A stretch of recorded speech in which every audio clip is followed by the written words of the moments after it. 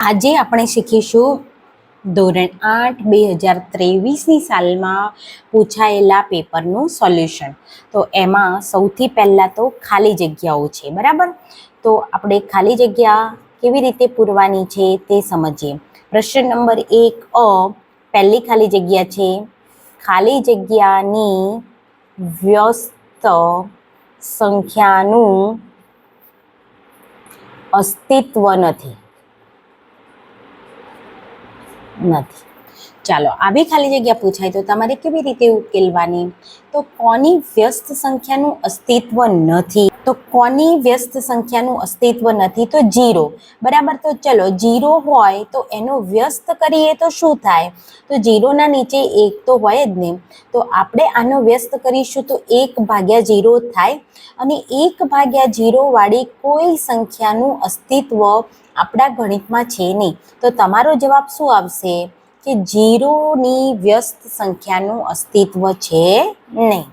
ચાલો, બીજી ખાલી જગ્યા છે 3, 11 વત્તા ખાલી જગ્યા બરાબર 0. તો અહીંયા 0 જવાબ લાવવાનો છે. એટલે આપણને ખબર છે કે બે વિરોધી સંખ્યાનો સરવાળો હંમેશા 0 થાય. તો અહીંયા આપણે ખાલી જગ્યામાં શું મૂકીશું? -3/11, બરાબર ને. 3/11 વત્તા -3/11 બરાબર 0, કારણ કે બંને વિરોધી સંખ્યાનો સરવાળો હંમેશા 0 થાય છે. ત્રીજું, √4/5 ગુણ્યા ખાલી જગ્યા બરાબર 1. શું જવાબ લાવવાનો છે? આપણે 1 જવાબ લાવવાનો છે. તો અહીંયા કોની સાથે ગુણાકાર કરીશું તો 1 આવશે? તો અહીંયા એની વ્યસ્ત સંખ્યા સાથે ગુણાકાર કરવાનો. એટલે કે √4/5 નો વ્યસ્ત શું થાય? તો √5/4. તો આવું થાય. √4/5 ગુણ્યા √5/4. 5 5 ઉડી ગયા, 4 4 ઉડી ગયા, એટલે ઋણ જવાબ આવશે 1. તો હંમેશા બે વ્યસ્ત સંખ્યાનો ગુણાકાર 1 થાય. તો √4/5 ગુણ્યા √5/4 બરાબર આપણે શું લખીશું? 1 લખીશું. ચાલો, ચોથી ખાલી જગ્યા આપણને આવું કે છે, 2/3 વત્તા 3/4 બરાબર 3/4 વત્તા 2/3 એ સમય સંખ્યાના સરવાળા વિશે ખાલી જગ્યા ગુણધર્મ દર્શાવે છે.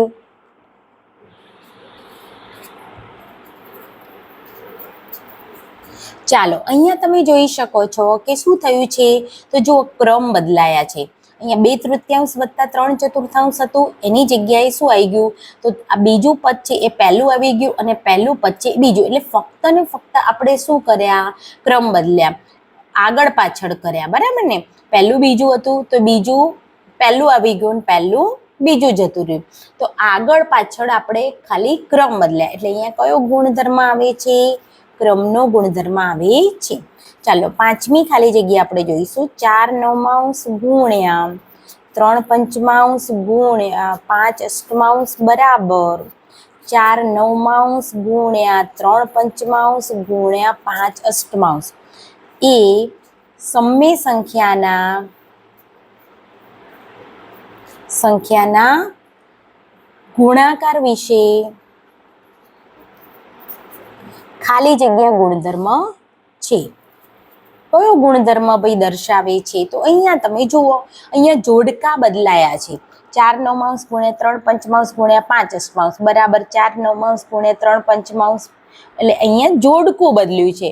અહીંયા બીજા અને ત્રીજાનું જોડકું હતું, એની જગ્યાએ પહેલું અને બીજાનું જોડકું. આવું જોડકું આવે એટલે તમારે તરત જ કહી દેવાનો જૂથનો ગુણધર્મ. તો આ હતો આપણો પ્રશ્ન નંબર 1 ઓકે. હવે આપણે શીખીશું પ્રશ્ન 1નો બ. તો શું કે છે? યોગ્ય ગુણધર્મનો ઉપયોગ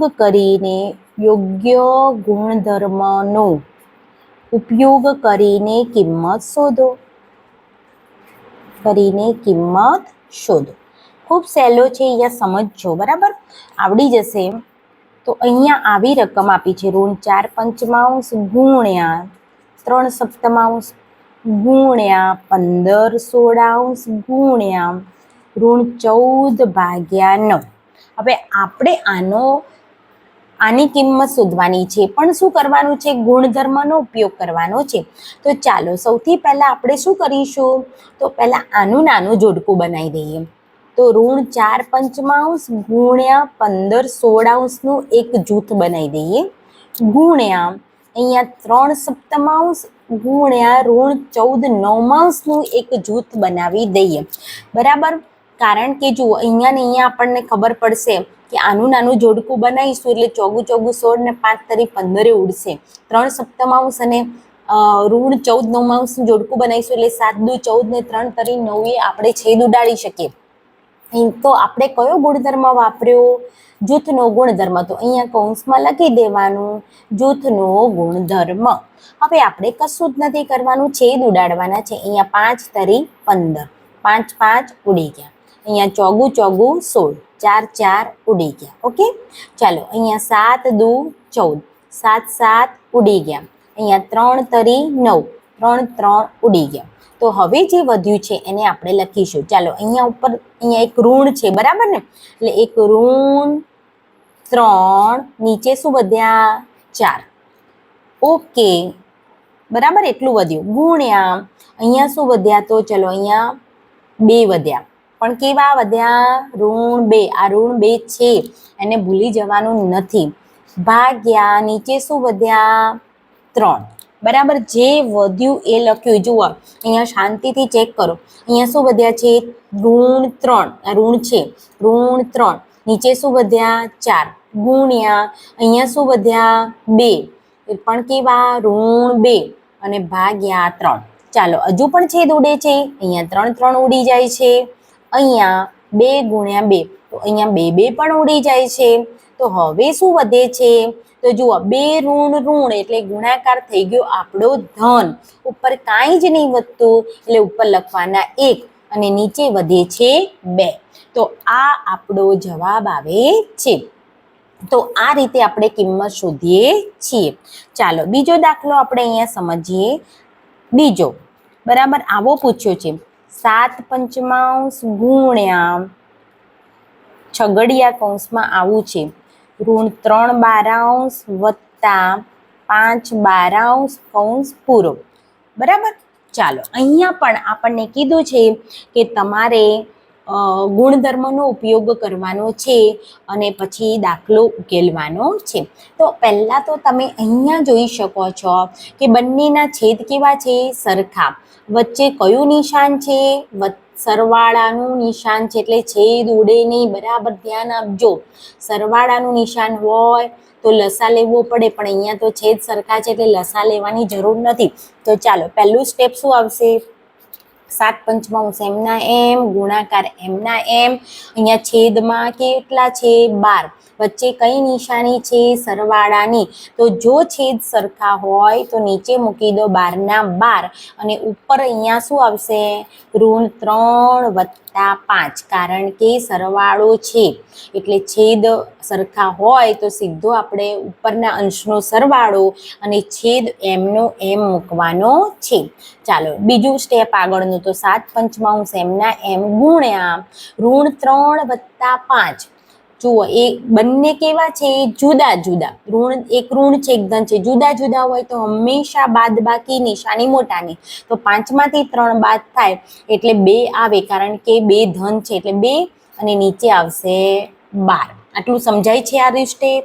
ઓકે, ચલો હવે આપણે જોઈએ ક્યાંય છેદ ઉડે છે ખરા?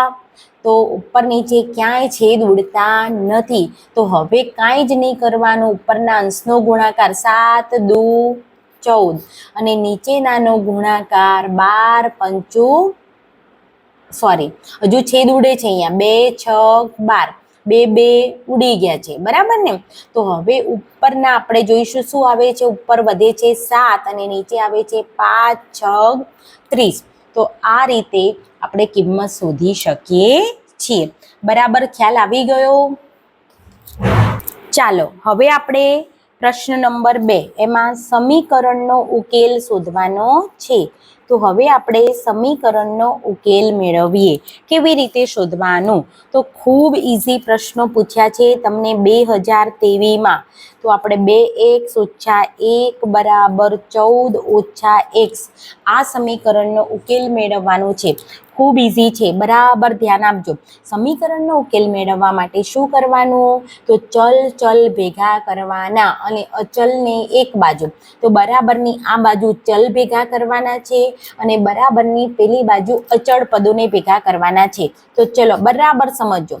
આ 2x તો અહીંયા જ છે ને, આ બાજુ જ છે ને, એટલે એને ક્યાંય ખસેડવા નહીં. આપણે કોને ખસેડવું પડશે? ઋણ x ને ખસેડવા પડશે. તો ઋણ x ને ઉપાડીએ છીએ તો એની નિશાની બદલાય છે. તો ઋણ x છે અહીંયા, તો આ બાજુ જશે એટલે વત્તા x થશે. બરાબર, કોને ઉપાડે? બરાબર ધ્યાન આલો, ઋણ x ને ઉપાડીએ છીએ એટલે ઋણ x બદલાઈને પ્લસ x થઈ જશે. પછી બરાબર એમનું એમ 14 અહીંયા જ છે, 14 ને ક્યાંય હલાવવાના નથી. હવે કોને હલાવવાના છે?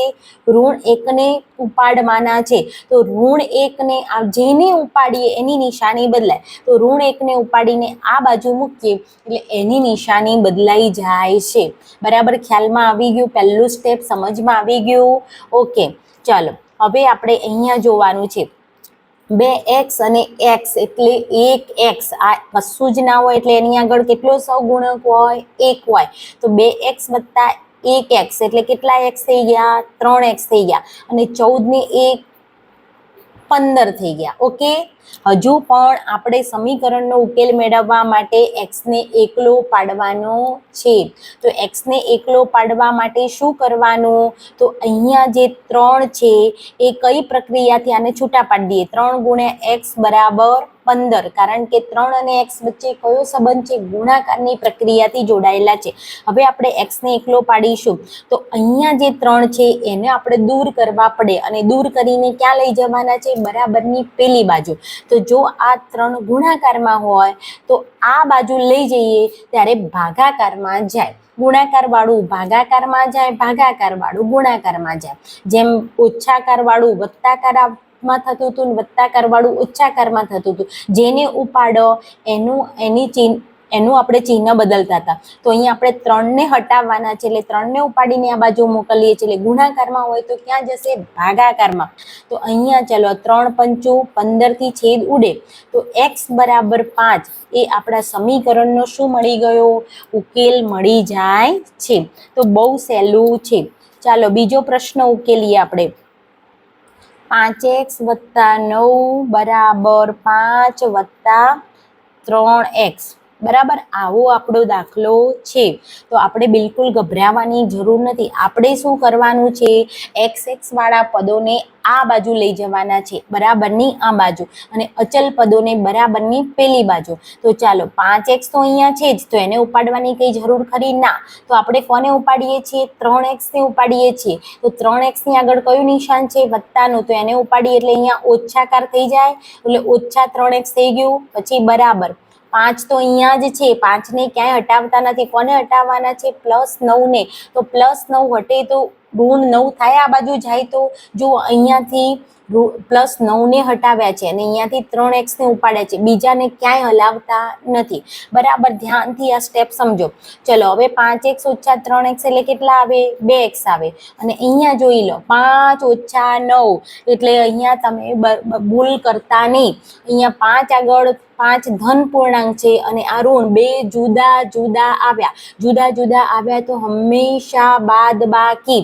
બરાબર, આપણને દેખાય છે કે આ 5 અને ઋણ 9 બંને અલગ અલગ છે. અલગ અલગ આવે એટલે બાદબાકી નિશાની મોટાની. તો 9 માંથી 5 જાય તો 4, પણ 4 ઋણ 9 ની નિશાની લાગશે કારણ કે મોટાની નિશાની આવશે.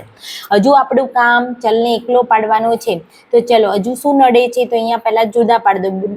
2 ગુણ્યા ઋણ x બરાબર ઋણ 4. હજુ આપણે x એકલો પાડવાનો છે. તો અહીંયા 2 જે છે ગુણાકારમાં આપણે દૂર કરવા છે. તો x બરાબર ઋણ 4 અને આ 2 ગુણાકારમાં આ બાજુ જશે તો કઈ બાજુ શેમાં જશે? ભાગાકારમાં. તો અહીંયા 2 દૂ 4 થી છેદ ઉડી જાય તો x બરાબર ઋણ 2 એ આપણા સમીકરણનો શું બને છે? ઉકેલ બને છે. તો ખૂબ સહેલું છે. ચાલો હજુ એક ત્રીજો પ્રશ્ન છે સમીકરણ ઉકેલવાનો. તો આપણે સમજી લઈએ એને પણ. 2y + વત્તા 5/3 બરાબર 26/3 ઓછા વાય. આવો દાખલો આપેલો છે. તો આપણે કંઈ ગભરાવાની બિલકુલ જરૂર છે નહીં. ચાલો અહીંયા જુઓ વાય ચલ છે, તો વાય ચલવાળા પદો ભેગા કરો. આપણે કોને ઉપાડીએ છીએ? ઋણ વાયને ઉપાડીને આ બાજુ મૂકીએ છીએ, તો શું થશે? પ્લસ વાય બરાબર 26/3 એમનું એમ છે. હવે કોને ઉપાડવાના છે? પ્લસ 5/3 ને, તો શું થઈ જશે? ઓછા 5/3 થઈ જશે. ઓકે, આ પહેલા સ્ટેપમાં સમજ પડી ગઈ. ચાલો આની આગળ કોઈ સહગુણક નથી તો એકડો કહી દેવાનો, એક તો હોય જ. ઓકે, નવું સ્ટેપ આપણે જઈશું. તો 2y વત્તા 1y એટલે 3y થઈ ગયું. બરાબર. ચાલો બંનેના છેદ સરખા છે તો બિલકુલ ગભરાવાની જરૂર નથી. શું થઈ જશે? 26 - 5 નીચે લખી દો 3 છેદ એમનો એમ. છેદ સરખા હોય તો લસા લેવાનો નથી. જો છેદ સરખા ન હોય તો લસા લઈને છેદ સરખા કરવાના આવે છે. તો અહીંયા આપણા છેદ સરખા છે માટે આપણે ઉપરના અંશની બાદ બાકી 26 - 5 ભાગ્યા 3 લખી દીધા. ચાલો નવું સ્ટેપ સમજીએ. 3y બરાબર 26 માંથી 5 બાદ કરવાના છે તો કેટલા આવે? 21 આવે અને 21 ભાગ્યા 3 બરાબર. બહુ સિમ્પલ સ્ટેપ છે. ચાલો હવે આને આપણે છેદ ઉડાડીશું તો 7 તરી 21. ઓકે, તો શું વધે છે? તો 3y બરાબર 7 વધે છે. પણ હજુ આપણો જવાબ આવ્યો નથી. હજુ આપણે વાયને એકલો પાડવાનો છે. ચલ એકલો પડે ત્યારે જ સમીકરણનો ઉકેલ આવે. તો અહીંયા લખીશું 3 × y બરાબર 7 બરાબર. ચાલો હવે તમને ખબર છે કે 3 × y એટલે શું કરવાનું? તો y બરાબર 7 અને આ 3 ગુણાકારમાં છે તો આ બાજુ જશે તો શું થઈ જશે? ભાગાકારમાં જતા રહેશે. તો આ આપણા સમીકરણનો ઉકેલ આવે છે. બરાબર. તો આ રીતે શાંતિથી તમે ઉકેલશો તો એક પણ દાખલામાં ભૂલ પડશે નહીં. ચાલો હવે આપણે આ પ્રશ્નને સમજીએ. જુઓ અહીંયા આવું છે x - 5 ભાગ્યા 3 બરાબર x - 3 ભાગ્યા 5. ખૂબ સિમ્પલ છે. આનાથી બિલકુલ ગભરાવાની જરૂર નથી. જ્યારે આવી રીતનું સમીકરણ પૂછાય ત્યારે સૌથી પહેલું સ્ટેપ તમારે અહીંયા કૌંસ કરી દેવાના. બરાબર. સૌથી પહેલા શું કરી દેવાના? કૌંસ કરી દેવાના છે. બરાબર. આ પહેલું સ્ટેપ. હવે આપણે શું કરીશું? તો ચોકડી ગુણાકાર કરવાનો છે.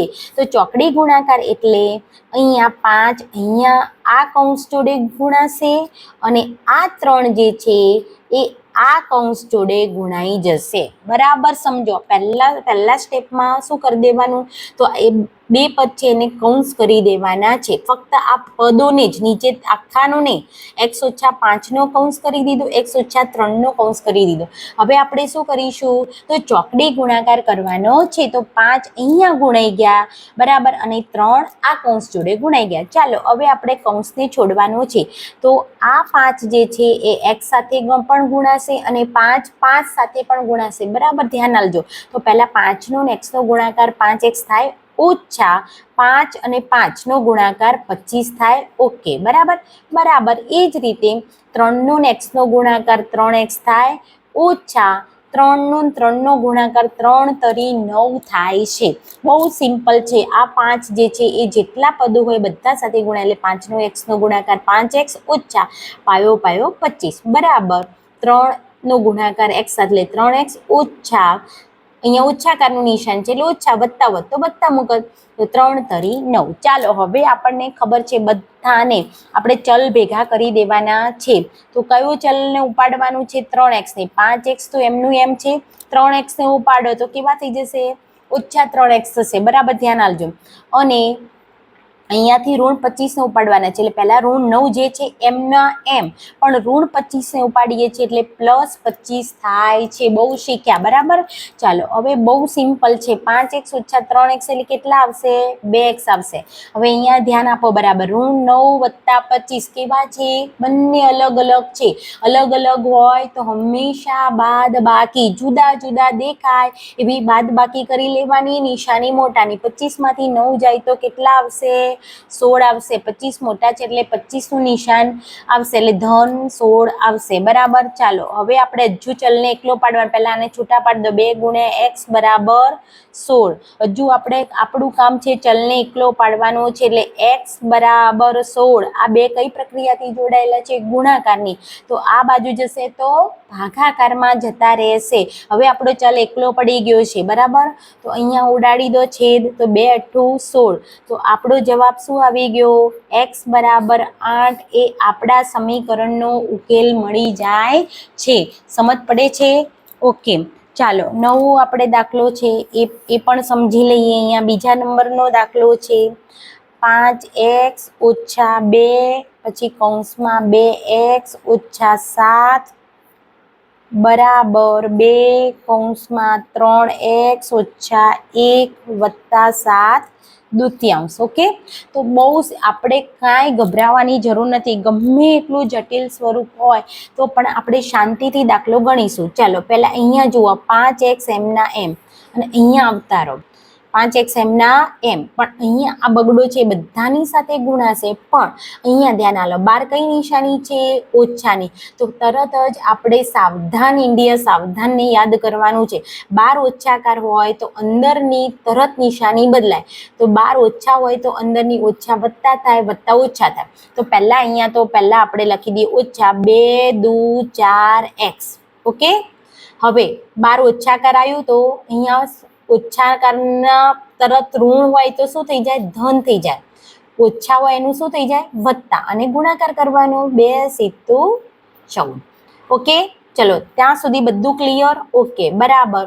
ચલો અહીંયા આવી જાઓ, આ બગડાનો ગુણાકાર બંને પદો સાથે કરવાના છે, તો પહેલા 2 તરી 6x, પછી ઓછા 2 × 2 અને વત્તા 7 દૂત્યાંશ એમના એમ।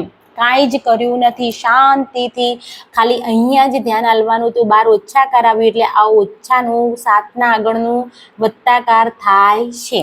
ઓકે, ચલો પહેલા આનું સરળ સ્વરૂપ આપી દઈએ, 5x - 4x એટલે 1x વધે ભાઈ, 1x વત્તા 14 એમના એમ બરાબર, અહીંયા આવી જાઓ, 6x - 2 વત્તા 7 દૂત્યાંશ એમના એમ। ઓકે, ચાલો હવે આપણે ચલચલ વાળા પદો આ બાજુ લઈ જઈએ અને અચળ પદોને પેલી બાજુ લઈ જઈએ।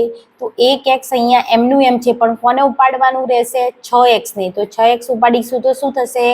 ઓછા 6x થશે। ઓકે, બરાબર, ઓછા 2 વત્તા 7 દૂત્યાંશ એમના એમ છે, કોને ઉપાડવાના છે? વત્તા 14 ને, તો ઓછા 14 થઈ જશે। ઓકે, થઈ જશે ને, બરાબર। આટલું આપણે કામ કર્યા પછી હવે પહેલા અહીંયા જોઈ લો, ચલો 1 અને -6 બંને કેવા આવ્યા? જુદા જુદા, તો જુદા જુદા હોય તો હંમેશા બાદબાકી નિશાની મોટાની, માટે -5x આવશે। ઓકે, ચાલો હવે અહીંયા ધ્યાન આપી દો, -2 વત્તા 7 દૂત્યાંશ ઓછા 14 બરાબર। હવે મારે આ બગડાને કાઢવા છે, લસા લેવો નથી, તો આ બેને દૂર કરવા હોય તો બધી જ બાજુ 2 2 વડે આપણે ગુણી દઈએ, તો આપણું કામ ઇઝી થશે। બધા પદોને જો 2 વડે ગુણવામાં આવે તો આપણું કામ ઇઝી થઈ જાય। તો -5x × 2 બરાબર -2 × 2 વત્તા 7 દૂત્યાંશ × 2 ઓછા -14 × 2। જોજો, બરાબર સમજજો। ચાલો 2 2 અહીંયાથી ઉડી જાય છે, તો હવે આપણે શું કરીશું? તો પહેલું અહીંયા જુઓ, -5x નો 5x નો 2 સાથે ગુણાકાર એટલે -10x આવશે બરાબર। આ જોજો, એક સ્ટેપ વત્તાના પહેલાનું એટલે -4 થઈ ગયા, પછી વત્તા આ કેટલા છે? 7 અને આ -28। આમાં સમજ પડી? મેં શું કર્યું? આ બગડાને દૂર કરવા માટે બધા જ પદોને 2 2 સાથે ગુણી નાખ્યા, એટલે અહીંયાથી દૂર થઈ જશે છેદમાંથી 2 બરાબર, અને આપણું કામ સિમ્પલ થઈ જશે। ચલો અહીંયા જુઓ, -10x બરાબર, અહીંયા ખાલી તમારે ધ્યાન આલવાનું છે, પહેલા -4 વત્તા 7 એટલે કેટલા આવશે? તો 2 જુદા જુદા એટલે 3 આવશે, 3 આવે કે ના આવે? ઋણ 4 + 7 એટલે બાદ બાકી થાય. 7 માંથી 4 જાય તો 3, નિશાની મોટાની, અને ઋણ 28 એમના એમ. ચલો આગળ સ્ટેપ જોઈએ. ઋણ 10x બરાબર, પાછું જુઓ બંને જુદા જુદા, 3 - 28, તો એ પણ શું જવાબ આવશે? ઋણ 25, કારણ કે જુદા જુદા હોય એટલે બાદ બાકી થાય, નિશાની મોટાની. હજુ આગળ જુઓ, x ને એકલો પાડવાનો છે, તો x બરાબર ઋણ 25, અને આ 10 આ બાજુ જશે, ઋણ 10 આ બાજુ જતા રહેશે. સમજ પડે છે? બરાબર. તો ચાલો અહીંયા આપણે ઉડાડી દઈશું પાયો પાયો 25, 5 દુ 10, 5 5 ઉડી ગયા. તો x બરાબર શું આવ્યા? ઋણ ઋણ ધન થઈ ગયું, એટલે 5/2 એ આપણા સમીકરણનો શું આવે છે? તો શું આવ્યું અહીંયા? તો x બરાબર 5/2 એ આપણા સમીકરણનો ઉકેલ આવે છે. બરાબર ને? અહીંયા શું આવે છે? x બરાબર 5/2 વધે છે, ઋણ ઋણ ધન થઈ જાય છે, માટે x બરાબર 5/2 એ આપણા સમીકરણનો ઉકેલ મળે છે.